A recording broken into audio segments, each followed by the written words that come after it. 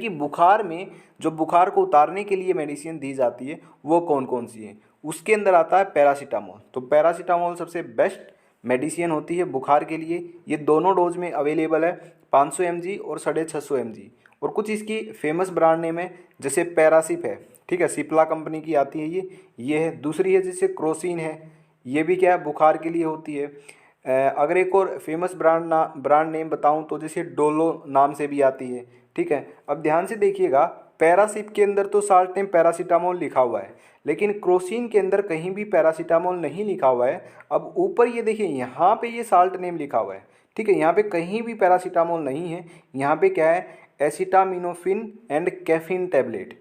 अब इस ये क्या चक्कर है, ठीक है तो बुखार को उतारने के लिए, लेकिन पैरासीटामोल नहीं है। एक्चुअल में आप सोच रहे होगे कि जो ये साल्ट नेम है एसिटामिनोफिन, ये बुखार के लिए यूज होता है। हाँ, ये बुखार के लिए यूज होता है। तो यहाँ पे मैं आपको एक इन्फॉर्मेशन देना चाहूँगा, पैरासीटामोल का ही दूसरा नाम क्या होता है, एसिटामिनोफिन होता है, ठीक है। तो it is also known as acetaminophen. तो कहीं भी कंफ्यूज मत होना, कहीं भी आपको साल्ट नेम में ये मिल सकता है तो वहाँ पे आप समझ जाना ये पीसीएम ही है, यानी पैरासीटामोल ही है, और बुखार के अंदर इसका यूज़ होता है। ओके, तो ये क्रोसिन के अंदर लिखा हुआ होता है। आगे जो कैटेगरी आती है पेन किलर यानी कि एनाल्जेसिक। कहीं भी हमारी बॉडी के अंदर पेन होता है तो उसको ठीक करने का ये काम करती है।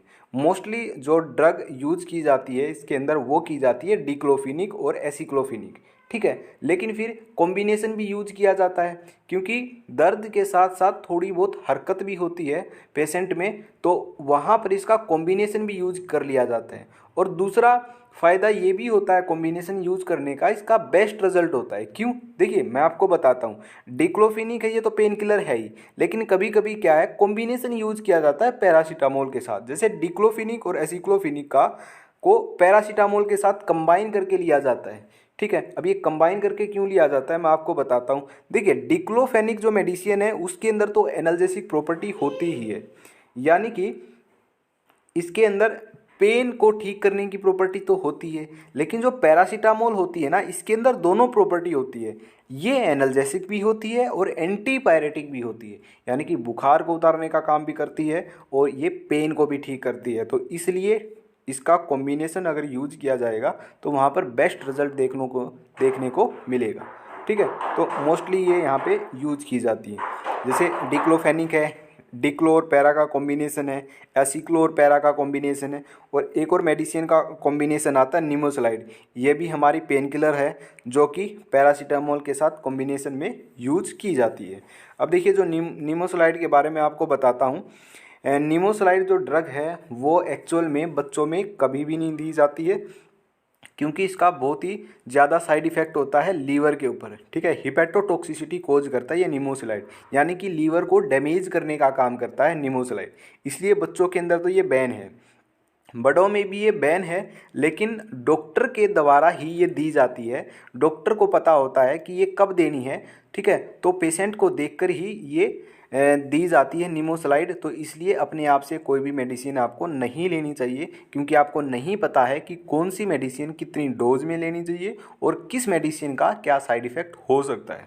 तो इसलिए कोई भी जो मेडिसिन है वो बिना डॉक्टर के प्रिस्क्रिप्शन के या बिना डॉक्टर की सलाह के आपको नहीं लेनी चाहिए, ठीक है। तो सबसे बेस्ट जो मेडिसिन होती है वैसे पेन किलर के लिए वो एसिक्लोफेनिक और डिक्लोफेनिक होती है, ठीक है। फिर निमोसलाइड का यूज किया। निमोसलाइड वैसे हैवी पेन किलर होती है, तो डॉक्टर ही बताता है ये कब लेनी चाहिए, और इसका जो साइड इफ़ेक्ट है वो बहुत ज़्यादा है, लीवर को ये बहुत ज़्यादा डैमेज करती है, ठीक है। तो डोज भी डॉक्टर के द्वारा ही बताई जाती है। ओके, तो देखिए यहाँ पे दिख रहा होगा आपको, वूनेक प्लस के नाम से है एक मेडिसिन, जिसके अंदर क्या है, दो ड्रग का कॉम्बिनेशन है। एनाल्जेसिक के साथ साथ एंटीपायरेटिक और एनाल्जेसिक है, यानी कि डिक्लोफेनिक का जो कॉम्बिनेशन है वो पैरासीटामोल के साथ। तो इसको हम जनरली डिक्लोपैरा कॉम्बिनेशन के नाम से भी जानते हैं। आगे बात करते हैं। आगे जो दिख रही है आपको वो है जेरडोल पी, ये ब्रांड नेम है, और इसके अंदर दो मेडिसिन का कॉम्बिनेशन है, एसिक्लोफिनिक और पैरासीटामोल। एसिक्लोफिनिक 100 mg है और पैरासीटामोल 3 to 5 mg है। निमोसलाइड और पैरासीटामोल जैसे ये भी कॉम्बिनेशन है, लास्ट में मैंने आपको बताया था। आगे जो कैटेगरी आती है वो आती है स्टमक पेन, यानी कि अगर पेट में दर्द है तो कौन सी मेडिसिन होनी चाहिए। तो वहाँ पे दो मेडिसिन यूज की जाती हैं। एक तो यूज की जाती है डाइसाइक्लोमाइन और एक यूज की जाती है मेफ्टाल स्पास। मेफ्टाल स्पास के अंदर कॉम्बिनेशन होता है दो ड्रग्स का, मेफेनिक एसिड और डाइसाइक्लोमाइन का। तो डाइसाइक्लोमाइन तो पेट दर्द के लिए ही है ही, और मेफेनिक एसिड है, ये भी दर्द को ठीक करती है। यानी कि मेफेनिक एसिड के अंदर भी दोनों प्रॉपर्टी होती है, एनाल्जेसिक भी और एंटीपायरेटिक भी, यानी कि बुखार को उतारने के लिए भी इसका यूज होता है।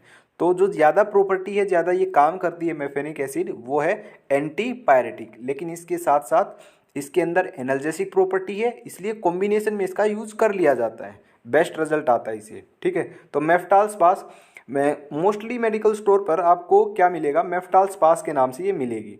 और अगर गवर्नमेंट मेडिकल की बात करूँ तो वहाँ पे डाइसाइक्लोमाइन आपको मिल जाएगी। ठीक है, वहाँ पे कॉम्बिनेशन नहीं मिलेगा, तो वहाँ पे डाइसाइक्लोमाइन आपको मिल जाएगी। तो ये जो मेफ्टाल स्पास है ये बाहर मेडिकल स्टोर पर ही मिलती है, गवर्नमेंट मेडिकल के अंदर ये नहीं देखने को मिलती है।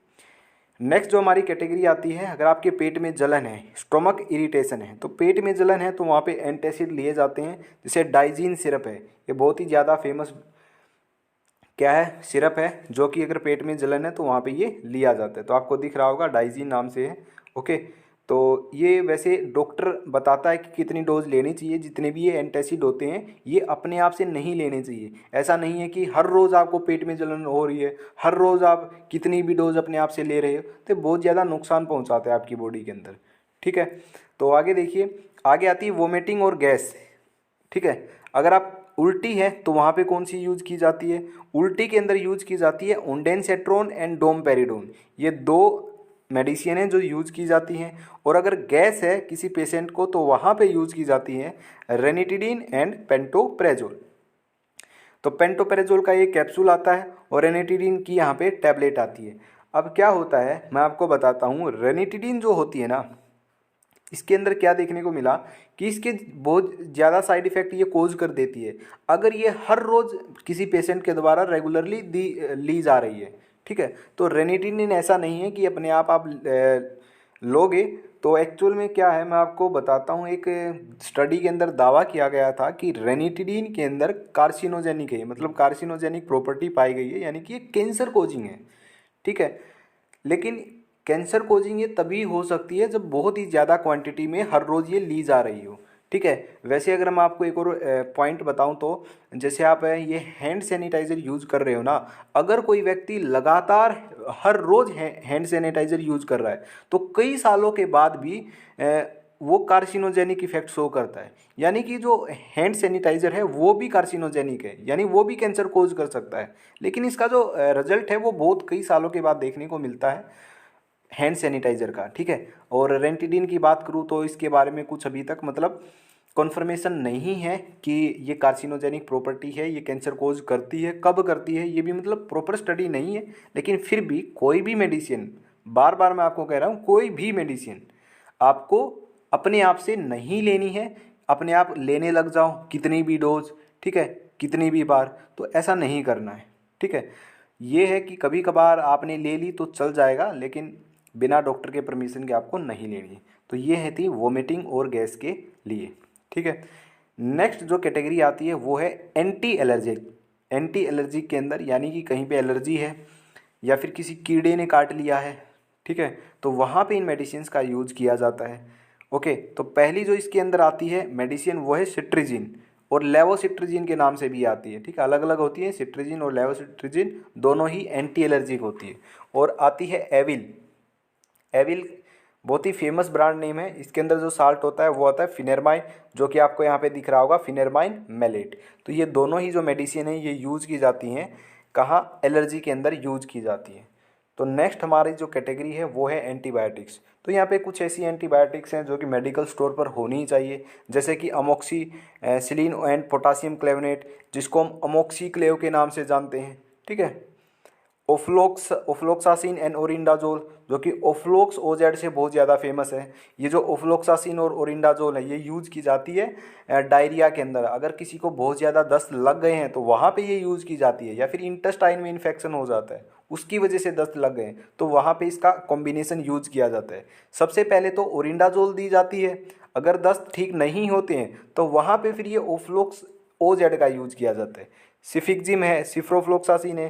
तो ये कुछ एंटीबायोटिक हैं जो एक मेडिकल स्टोर पर होनी ज़रूरी है। जैसे कि ये सिफिक्जिम है ना, ये जो ENT वाला डॉक्टर होता है ना, उसके द्वारा बहुत ज़्यादा यूज़ की जाती है। यानी कि जो आँख में, नाक में इन्फेक्शन होता है, कान में इन्फेक्शन होता है ना, तो वहाँ पे इसका यूज़ किया जाता है। दांतों के अंदर जो इन्फेक्शन होता है तो वहाँ पे इसका यूज किया जाता है। ठीक है, तो ये कुछ कॉमन मेडिसिन्स है, कॉमन एंटीबायोटिक है जो एक मेडिकल स्टोर पर होनी चाहिए। वैसे एंटीबायोटिक्स के बारे में एक अलग वीडियो बनाएंगे और वहाँ पे बिल्कुल डिटेल में डिस्कस करेंगे कि हर एक एंटीबायोटिक का क्या यूज है। तो यहाँ पर आपको सिर्फ यही पता होना चाहिए कि ये कॉमन मेडिसिन्स है जो एक मेडिकल स्टोर पर होना ज़रूरी है। ठीक है, तो कुछ अदर मेडिसिन्स भी हैं जो होनी चाहिए। ठीक है, जिसमें कैटेगरी नहीं बनाई है। जैसे कॉन्स्टिपेशन के लिए की बात करूँ, अगर एडल्ट के अंदर कॉन्स्टिपेशन है, यानी कि जो एडल्ट है उसको अच्छे तरीके से क्या है, वो फ्रेश नहीं होया जा रहा है, ठीक है, तो वहाँ पे एनीमा यूज़ किया जाता है। तो एनीमा होना चाहिए मेडिकल स्टोर पर, ये कॉन्स्टिपेशन में यूज़ किया जाता है। और ग्लिसरीन सपोजिटोरी ये होनी चाहिए, और ये भी कॉन्स्टिपेशन में यूज की जाती है। जो ये एनीमा है ये एडल्ट के अंदर यूज किया जाएगा, और जो ग्लिसरीन सपोजिटोरी है ये बच्चों के अंदर यूज की जाएगी। और ये जो ग्लिसरीन सपोजिटोरी है ये हमेशा फ्रीज में रखी जाती है। ठीक है, तो कहीं भी आप स्टोर पे जाओगे तो वहाँ पे फ्रीज में चेक करना, वहाँ पे ज़रूर मिलेगी। ठीक है, किसी भी मेडिकल स्टोर पर।